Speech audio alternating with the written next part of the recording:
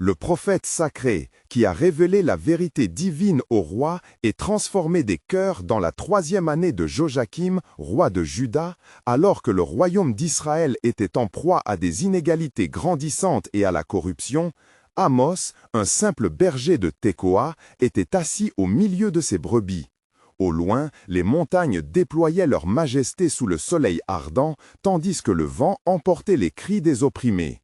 En observant le paysage, Amos ressentit une agitation grandissante dans son cœur, une brûlure, un appel toujours plus pressant venant du Seigneur. Il savait que l'odeur des sacrifices dans les temples, bien que parfumée, était souvent celle d'une adoration vide, pendant que les plus pauvres continuaient à crier leur souffrance. La voix de Dieu résonnait en lui, l'invitant à quitter son humble vie de berger pour devenir un porte-parole de la vérité divine. Le Seigneur lui montra une vision d'Israël, entendu comme un peuple aimant, mais qui s'était détourné de ses voies. « Amos, dit une voix, va, proclame aux nations et rappelle-leur mes lois. » Avec une détermination renouvelée par cet appel sacré, Amos quitta les collines de Tekoa, hâtant son pas vers Bethel, le centre religieux où les puissants se retrouvaient pour honorer des faux dieux. Son arrivée à Bethel fut marquée par des murmures curieux. C'était là que les prêtres et les notables prenaient leurs aises, se vautrant dans le luxe, tandis que le peuple souffrait.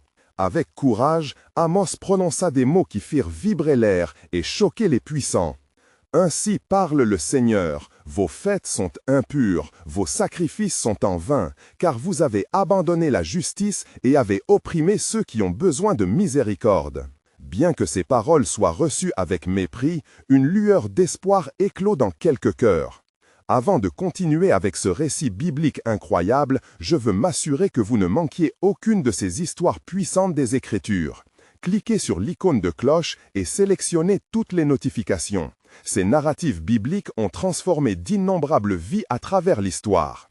Si la parole de Dieu à travers cette histoire vous bénit, s'il vous plaît, aimez et partagez avec quelqu'un qui a besoin d'entendre sur la fidélité de Dieu aujourd'hui. Dites-moi dans les commentaires quelle histoire biblique a le plus impacté votre parcours de foi. Je suis toujours émerveillé de comment la parole de Dieu parle au cœur à travers les générations. Maintenant, continuons avec ce que le Seigneur fit ensuite. Les calamités s'abattirent sur le royaume, et les nobles, alarmés par le déclin de leur fortune, commencèrent à prêter attention aux annonces d'Amos. Que la justice coule comme un torrent et la righteousness comme un fleuve puissant, répétait-il avec ferveur, galvanisant ceux qui cherchaient un sens à leur vie. Amos, en dépit des menaces, ne fléchit pas, déterminé à poursuivre sa mission. L'inquiétude croissante parmi les élites transforma l'atmosphère, et certains commencèrent à fuir vers une foi renouvelée. Mais la lutte d'Amos ne se limitait pas à défendre la vérité. Elle était également une lutte intérieure. L'amour qu'il portait à son peuple se mêlait à la douleur des conflits, et les puissants tramaient leur vengeance. Amos prenait des risques à chaque proclamation, conscient du danger qui le guettait. Sa voix était devenue pour beaucoup un murmure d'éveil spirituel, un appel à revenir au chemin de la justice et de la miséricorde, éclairant un chemin sombre par la lumière divine. Le destin d'Israël, en proie à des doutes et des luttes, s'ancrait dans les promesses anciennes tandis que le cri d'Amos continuait de résonner, laissant les cœurs en quête d'un renouveau spirituel. Quel autre plan Dieu avait-il pour son peuple alors que l'adversité s'intensifiait? La réponse restait suspendue dans l'air, comme une promesse d'espoir à découvrir. Alors qu'Amos poursuivait sa mission courageuse, il se trouva bientôt face à l'un des prêtres de Bethel, un homme nommé Amasia.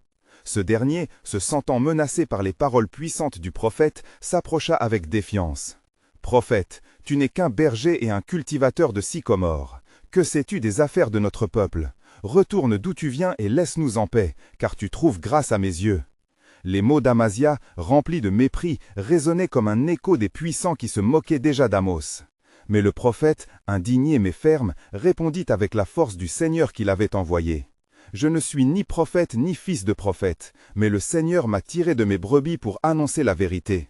Écoute, Amasia, le Seigneur dit que tu ne peux ignorer l'injustice et l'oppression qui règnent dans ce royaume. » Le visage d'Amasia blêmit, car la voix de Dieu se faisait entendre à travers Amos comme un tonnerre au milieu d'une tempête.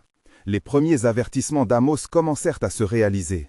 des tremblements de terre secouèrent le sol, et la famine s'installa dans le pays.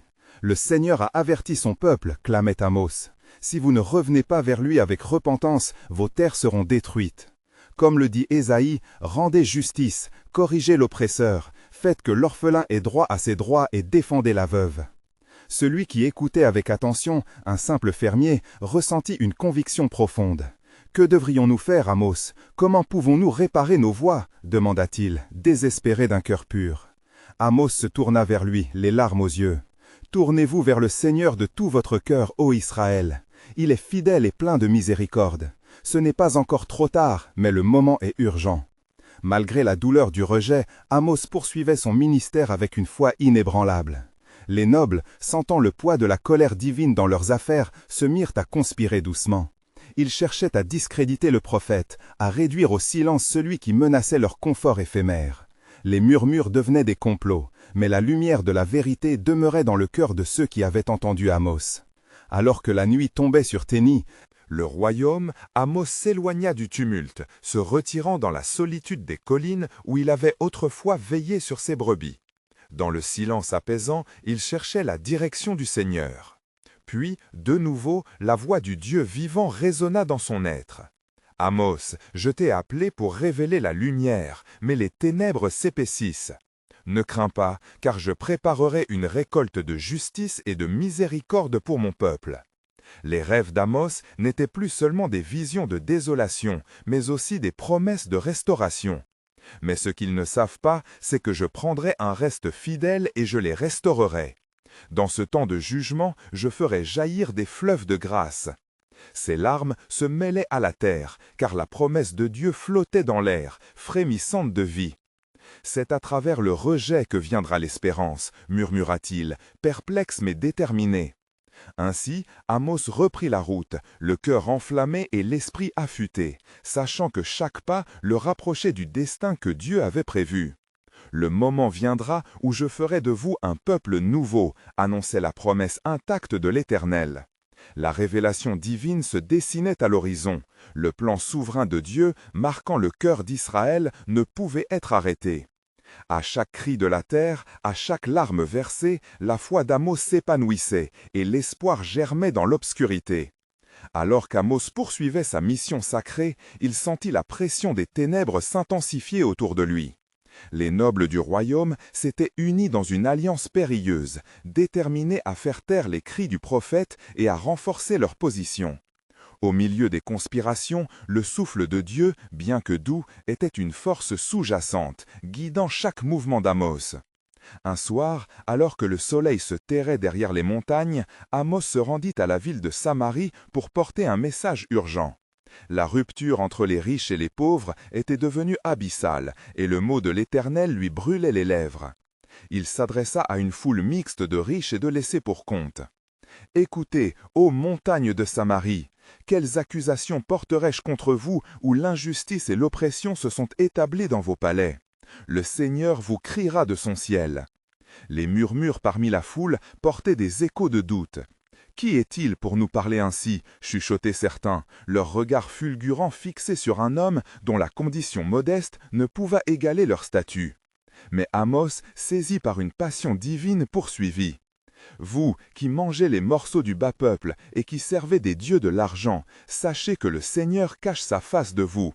Vous serez comme des villes ravagées, vos plaisirs se transformeront en désolation.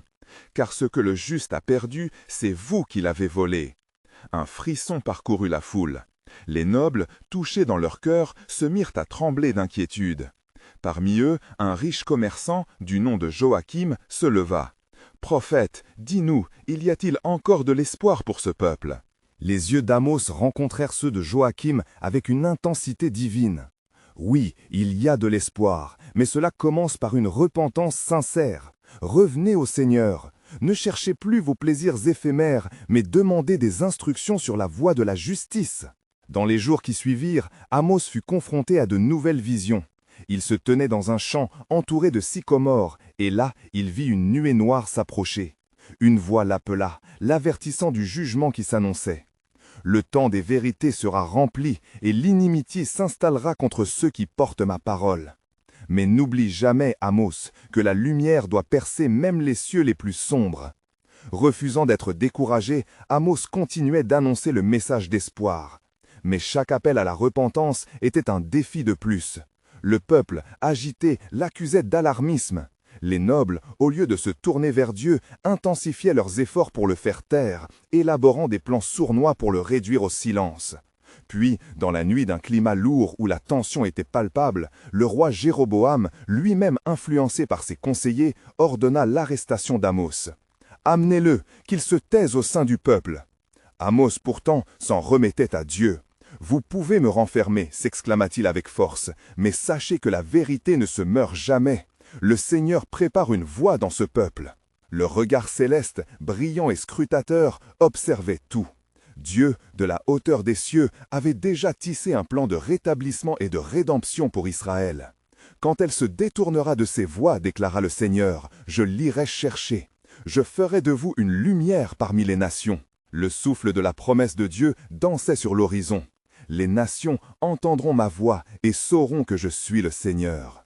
De son cœur, Amos pouvait ressentir l'impact de chaque mot, chaque geste, révélant le dessein souverain de Dieu. Et, dans ce jour-là, mon peuple s'éveillera à la réalité de ma grâce. Les ténèbres pouvaient recouvrir la terre, mais la lumière de la vérité, révélée par ce prophète dévoué, brillait avec éclat. La lutte qui l'attendait n'aurait d'égal que la grandeur de la promesse divine. Car ainsi parle le Seigneur, ne crains pas, car je suis avec toi, je suis le Dieu de toute promesse. Alors qu'Amos était conduit dans les sombres geôles de Samarie, un silence pesant enveloppait le lieu. Ses pensées, malgré l'enfermement, s'élevaient vers le ciel, cherchant la face de son Créateur. Les cris de la foule s'évanouissaient, remplacés par le souffle de l'Esprit qui chuchotait à son cœur. « Ne crains pas, car je suis avec toi », résonnait le murmure, lui apportant une paix inattendue. Dans cette nuit où les étoiles paraissaient s'étendre, le prophète se mit à prier. Il se souvenait des promesses du Seigneur et cherchait de tout son être à discerner le plan divin caché derrière les événements tragiques. Alors qu'il fermait les yeux, une vision éblouissante envahit son esprit. Il se tenait à nouveau dans un champ, mais, cette fois, il pouvait voir des hommes et des femmes se tenant devant lui, leurs visages empreints de désespoir et de désillusion. « Écoutez, peuple de Dieu !» clamait-il, bien qu'aucun son ne sortît réellement de ses lèvres. « Le jugement est imminent, mais sachez que le pardon est aussi proche. Le Seigneur a vu votre souffrance et il est prêt à vous restaurer. » Les chaînes qui entravaient son corps semblaient se dissoudre à cette pensée, et Amos s'éveilla en sursaut. À l'extérieur des murs de sa prison, les nobles du royaume s'étaient réunis en secret, préoccupés par la montée de la voix de ce prophète. Joachim, le commerçant, se tenait parmi eux. « Ne voyez-vous pas le trouble dans notre peuple ?» fit-il entendre avec une gravité palpable. « Il nous accuse d'injustice, quand en vérité nous avons accrédité la paix. » Mais un autre, l'un des conseillers du roi, s'écria « Qu'avons-nous à perdre en l'écoutant? Si le jugement vient sur nous, nous ne serons plus maîtres de notre destin. Faisons taire ce prophète, et la paix régnera à nouveau au prix d'une voix étouffée. » Cette proposition, bien que calculée, éveilla un frisson de peur parmi les nobles. Josias, un sage parmi eux, se leva. « Écoutez, nobles de Samarie, que savons-nous des voix du Seigneur ? Si Amos parle au nom de Dieu, sa voix doit être entendue, car il pourrait nous montrer un chemin vers la rédemption. » Son intervention apporta un moment de pause, mais l'angoisse persistait. De retour dans sa prison, Amos demeurait assis sur le sol de terre battue, tandis que l'écho de la prière des âmes affligées le remplissait d'une force nouvelle. Il priait pour la lumière à briller à travers les ténèbres qui enveloppaient son pays.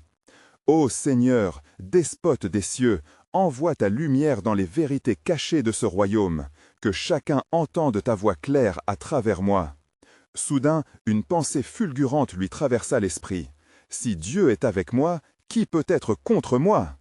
L'esprit lui rappela les visions qu'il avait eues autrefois, des scènes de restauration et de pleurs transformées en joie. Il se leva, déterminé, conscient que son appel dépassait sa souffrance personnelle.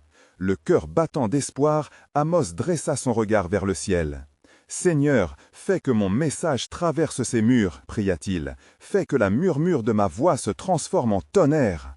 Le lendemain, alors que le soleil se levait à peine, une agitation s'empara de la ville. Les nobles, divisés entre craindre la voix d'Amos ou ignorer son appel, n'avaient pas vu les mains de Dieu à l'œuvre. Et Amos, conscient de la poursuite du plan divin, s'écria de tout son âme, « Car ainsi parle le Seigneur, je ferai entendre la voix de ma promesse au milieu de la tempête. » Sur ces mots puissants, un murmure traversa les rues de Samarie, et les cœurs désespérés commencèrent à s'éveiller à l'espoir, signe que le Maître des cieux s'apprêtait à agir. « Car le temps est proche où je rassemblerai mon peuple et le ferai se lever. » Les chuchotements des promesses divines touchèrent même les nobles, piquant leur curiosité et leur crainte. La lumière du Seigneur brillait déjà au travers des ténèbres, rappelant à chacun que un prophète est honoré hors de sa patrie. Alors que le jour se levait sur Samarie, la tension était palpable. Les paroles d'Amos résonnaient encore dans l'esprit des nobles rassemblés dans le palais. Le soleil, plongeant ses rayons d'or à travers les voiles, illuminait les visages soucieux. Les nobles se regardaient, cherchant une issue à cette crise dont ils croyaient avoir le contrôle. Dans la prison, Amos, persuadé d'une mission divine, sentait le poids de la gloire de Dieu peser sur ses épaules. Le souffle de l'Esprit le poussait à prier avec ferveur. « Seigneur, regarde notre peuple que tu as choisi, permets-leur de voir les réflexions de leur cœur, la douleur de leurs péchés. Éveille-les » appelait-il dans un murmure pressant. Soudain, une lumière éclatante illumina la prison, et la présence divine emplit l'espace. Amos tomba à genoux, rempli d'un tremblement de reconnaissance. Dans cette divine révélation, une voix l'appela. « Amos, lève-toi et proclame mes paroles avec audace. » Amos, électrisé par cette interpellation, se leva, éclatant de foi. « Oui, Seigneur, je proclamerai ta vérité. Je suis ton instrument, ô mon Dieu. » À l'extérieur, la conversation parmi les nobles se perdait en querelle.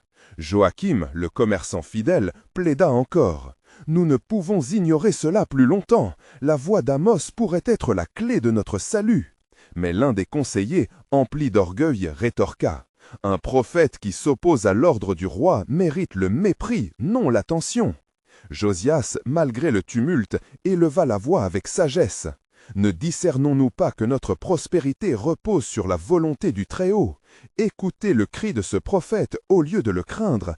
Peut-être que Dieu est sur le point de nous faire grâce. » Le moment d'hésitation fut remplacé par une décision péremptoire. « Seigneur, montre-nous le chemin » prièrent ensemble les nobles, unis par une crainte sacrée.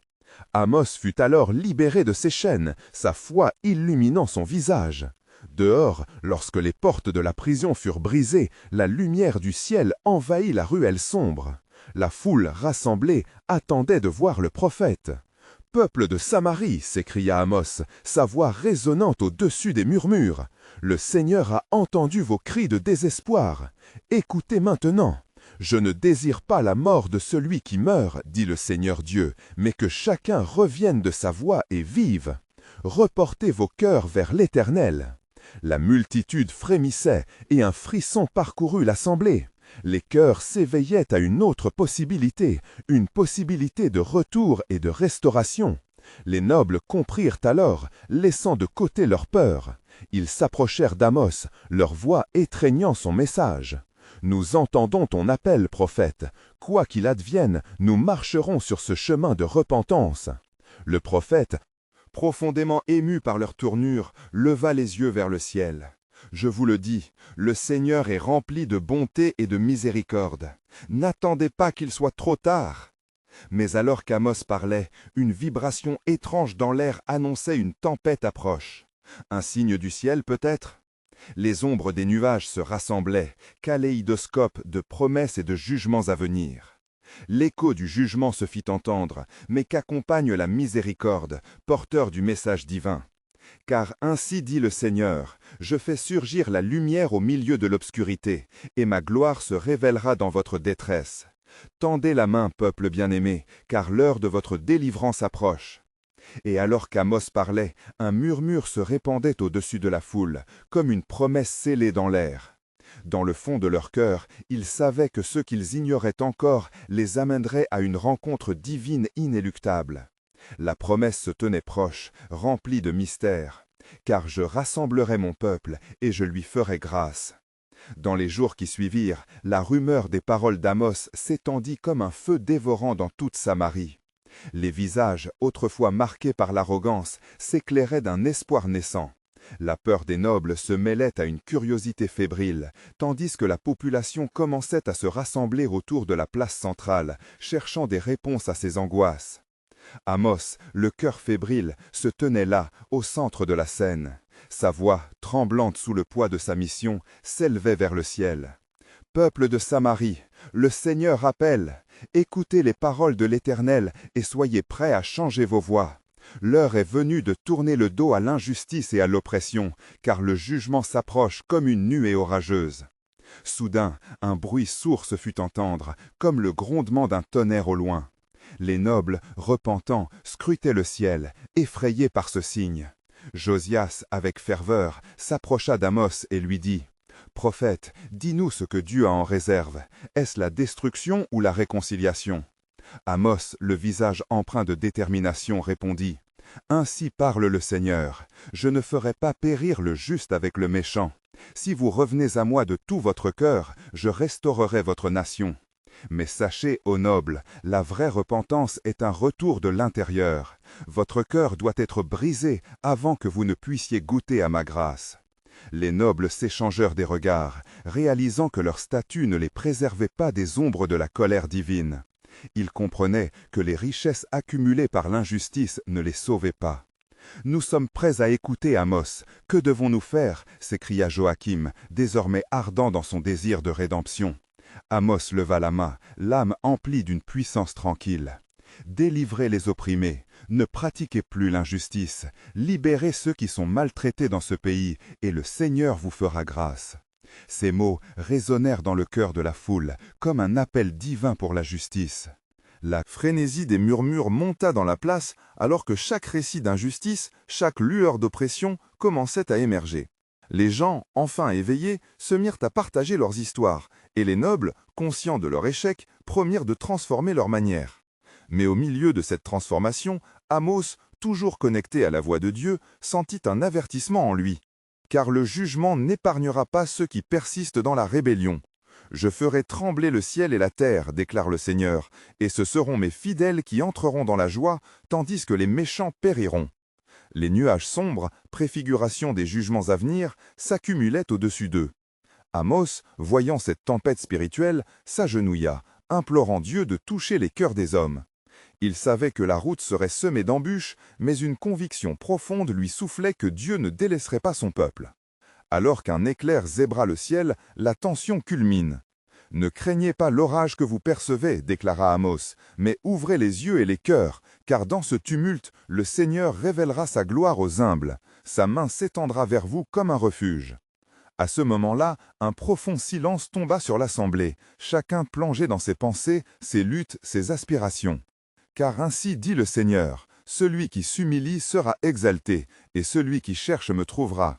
Préparez-vous, car l'accomplissement de mes promesses se tient à la porte. » L'écho de ces mots berçait la foule, alors qu'Amos contemplait le ciel, conscient que les temps à venir réserveraient encore des révélations divines, emplissant les cœurs de ceux qui seraient prêts à accueillir le dessein souverain de Dieu. Amos, ayant ressenti la profondeur du silence qui s'était abattu sur la foule, leva les yeux, scrutant les cieux assombris. Les nuages, chassant la lumière du soleil, ressemblaient à un pressentiment de malheur, attendant le moment pour se déverser sur une terre avide de justice. Dans l'air flottait une intensité palpable, comme si la nature même savait que quelque chose d'extraordinaire était sur le point de se produire. Les nobles, entourés par le peuple qui attendait une réponse, sentaient le poids de l'héritage qu'ils portaient. Effectivement, ils avaient vécu dans le luxe, tandis que le cri des opprimés montait vers le ciel. Leur cœur, bien que troublé, avait commencé à s'engager à restaurer ce qu'ils avaient à cœur de détruire. Y avait-il encore du temps pour réparer leurs fautes ? « Le Seigneur est lent à la colère, mais grand en bonté, » murmura Josias, se remémorant les écrits de Moïse.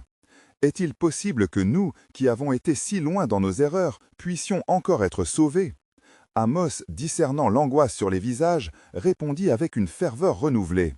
En effet, le cœur de l'Éternel est empli de miséricorde, mais sachez qu'il ne laissera pas impuni celui qui persiste dans l'injustice. Retournez vos cœurs vers lui, et il vous restaurera. Cherchez-le de tout votre cœur, et il se laissera trouver. Son appel résonna au plus profond des âmes. Les gens, oppressés par le poids de leurs péchés, commencèrent à se retourner vers Dieu. Leur abandon de l'injustice apparaissait comme une lueur d'espoir dans l'ombre d'une nuit imminente. Les cris de ceux qui avaient souffert se mêlaient, se transformant en un élan collectif de repentance. Soudain, un frisson traversa la place. Une fumée épaisse commença à s'élever du sol, et un bruit sourd, semblable à celui de nombreux tambours, résonna de manière inquiétante. Les cieux, que quelqu'un pourrait appeler hostiles, se mirent à vibrer d'une puissance divine. « Attention !» s'exclama Amos, « car l'Éternel s'approche, et son souffle est comme celui d'un vent de tempête. Que ceux qui se sont détournés de leurs péchés se tiennent fermes devant lui, pour qu'ils ne périssent pas. » Les nobles, visiblement touchés, se mirent à s'interroger sur leur sécurité. « Qu'il en soit ainsi !» s'écria Joachim, perdu dans ses pensées. « Nous nous engageons aujourd'hui à changer, à nous détourner de nos voies perverses et à rechercher le bien. » Pourtant, au loin, au-delà de la foule, Amos pouvait voir des signes de combat spirituel. Un l'agneau, à l'apparence douce, avançait à pas feutrés vers la ville, tandis qu'un lion rugissant se tenait sur la colline, saisissant tout le monde dans son ombre. La lutte entre le bien et le mal s'intensifiait, une scène que seuls les yeux de la foi pouvaient vraiment appréhender. Éveillés par l'urgence de la situation, les nobles s'agenouillèrent, demandant pardon, tandis que le peuple, interpellé par le miracle qui se déroulait, se prosterna aussi, s'unissant dans une prière collective. Soudain, la voix du Seigneur résonna comme le tonnerre. « Voici, je fais une chose nouvelle, je transformerai le cœur de pierre en cœur de chair. » Les gens, remplis d'espoir, sentirent une force nouvelle les parcourir. Ils avaient perçu leurs péchés et cherchaient maintenant réellement à se tourner vers la lumière. Amos, réalisant que le changement commençait à prendre racine, prononça ces mots. « Car ainsi dit l'Éternel, je ferai un nouveau pacte, non comme celui que j'ai fait avec vos ancêtres, mais un pacte où ma loi sera écrite dans leur cœur, et ils seront mon peuple, et moi, je serai leur Dieu. » Dans cette promesse s'éveillait la lumière du divin, mais la route à parcourir serait semée d'épreuves. Les défis restaient, et les faux prophètes guettaient au loin, rôdant comme des loups affamés. En ces temps d'interrogations et de luttes, un murmure persistait parmi le peuple, emplissant l'air d'une réalité encore enfouie dans le mystère. « Car, dans les jours à venir, je relèverai encore un reste, dit le Seigneur, et par eux je manifesterai ma gloire à toutes les nations. » Ainsi, l'écho des promesses anciennes se mêlait à la vérité de la rédemption à venir. Le dessein de Dieu restait mystérieux, prêt à se révéler dans sa plénitude. Alors que les paroles d'Amos résonnaient encore dans l'air comme un écho sacré, la fumée dense enveloppait le sol, et un vent puissant balaya la place, soulevant des tourments parmi la foule. Les nobles, désormais conscients de la gravité de leur état, se tenaient en prière, tandis que le peuple, l'âme troublée, regardait autour d'eux, cherchant dans ce tableau d'angoisse une lueur de rédemption. Est-ce là le début de notre salut ou la fin de notre désobéissance ? Demanda Myriam, une femme de la foule, ses yeux pleins de larmes. Ces paroles touchèrent le cœur de ceux qui l'entouraient, et un chœur d'accords de souffrance s'éleva, révélant la profonde introspection que chacun éprouvait. Amos, absorbé par cette atmosphère chargée d'espoir et de désespoir, leva la main pour appeler à nouveau le silence. « Écoutez, peuple de la terre, l'Éternel est en ce lieu. Ne fuyez pas son appel, mais dirigez-vous vers lui. Ce vent d'affliction peut être un souffle de réconciliation. » Soudain, des éclairs zébrèrent le ciel, et un bruit tonitruant retentit comme une déclaration divine. Les cœurs, déjà affligés, palpitaient à l'unisson, un mélange de peur s'emparant de leurs âmes, mais avec la foi commençant à émerger des profondeurs de leur détresse. « Je vous dis, dit Amos, que le jugement se rapproche de cette nation, non pas comme une fin, mais comme un passage vers un nouveau commencement. Car le Seigneur instruit ceux qu'il aime, et par l'épreuve, il façonne des cœurs nouveaux. » Un murmure se propagea à travers la foule, chacun confessant ses péchés avec une ferveur renouvelée. Les nobles, lourdement chargés de culpabilité, s'effondrèrent sur leurs visages. La reconnaissance de leurs péchés intima à leurs lèvres ces mots simples mais puissants. « Magnifié sois-tu, ô Éternel, car tu es juste. » Alors qu'ils imploraient la miséricorde, Amos se tourna vers eux, son cœur battant avec l'ardeur de Dieu. « Si vous vous humiliez et vous détournez de vos mauvaises voies, l'Éternel votre Dieu entendra vos prières et restaurera votre terre. Il rétablira les ruines et renouvellera vos âmes. » Les nobles, lourdement chargés de culpabilité, s'effondrèrent sur leurs visages. La reconnaissance de leurs péchés intima à leurs lèvres ces mots simples mais puissants. « Magnifié sois-tu, ô Éternel, car tu es juste. » Alors qu'ils imploraient la miséricorde, Amos se tourna vers eux, son cœur battant avec l'ardeur de Dieu. « Si vous vous humiliez et vous détournez de vos mauvaises voies, l'Éternel votre Dieu entendra vos prières et restaurera votre terre. Il rétablira les ruines et renouvellera vos âmes. » Les nuages au-dessus d'eux semblaient alors s'éclaircir, et un rayon de lumière émergea, illuminant les visages des fidèles. Ce moment de révélation divine s'approfondit quand une voix apaisante se fit entendre, une promesse de restauration résonnant dans le souffle des cieux. « Je vous renverrai en esprit d'entendement, et je ferai surgir des signes parmi vous. » À cet instant précis, un mouvement se déclencha dans la foule. Des chaînes invisibles furent brisées et les chœurs se mirent à chanter des hymnes de louange. Les nobles, en larmes, se prirent les mains et formèrent un cercle, unis pour balayer les ombres de l'injustice et faire place à la lumière de la rédemption. Tout à coup, Amos leva les yeux, et ceux-ci rencontrèrent la lueur des cieux. « Soyez prêts, car la promesse du Seigneur est sur le point d'être révélée. Dans les jours à venir, je comblerai le signe triomphant de ma grâce et rassemblerai ceux qui ont été perdus. » Son cœur se remplit d'une confiance renouvelée, car au fond de lui, une vérité divine se fit jour. Car ainsi parle le Seigneur, « Je suis le bon berger, je rechercherai ma brebis, Perdue, et je la ramènerai dans mon bercail. » Et alors que la tension spirituelle continuait de croître, un frémissement de mystère enveloppa la scène.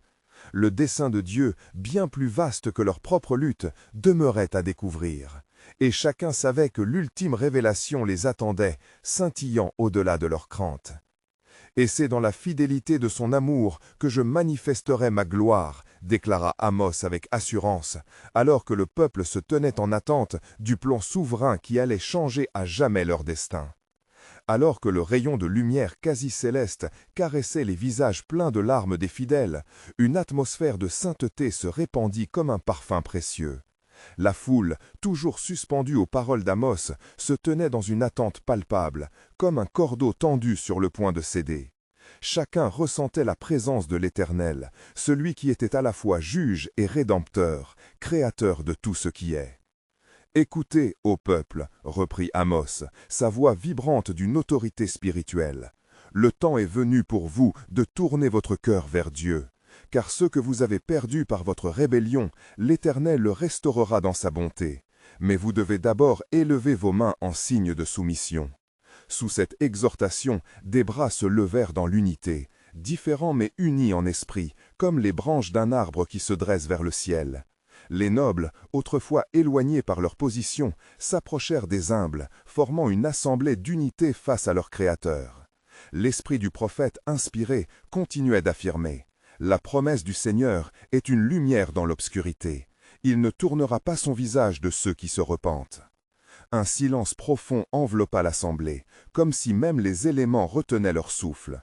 Puis, dans cette tranquillité, une voix douce mais puissante murmura « Je suis l'Éternel, votre Dieu.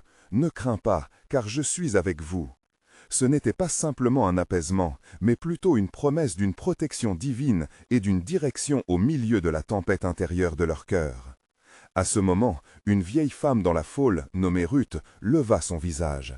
Ses mains, marquées par les années et les luttes, se fermèrent dans une prière fervente. « Ô Éternel, je sais que tu es un Dieu de miséricorde. Pardonnes-tu même les péchés les plus sombres ?» demanda-t-elle, sa voix tremblante mais pleine d'espoir. Amos, ressentant l'intensité de cette supplication, répondit avec le cœur. « Oui, ma sœur, l'Éternel est riche en grâce et pardon.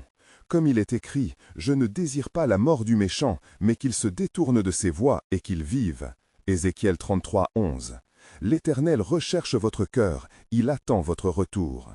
L'émotion collective se transforma en un cri de louange, alors qu'un esprit de repentance inondait l'assemblée, tel un fleuve nourrissant une terre assoiffée. La voix de l'ancienne se mêla à celle des autres, chantant des hymnes de délivrance.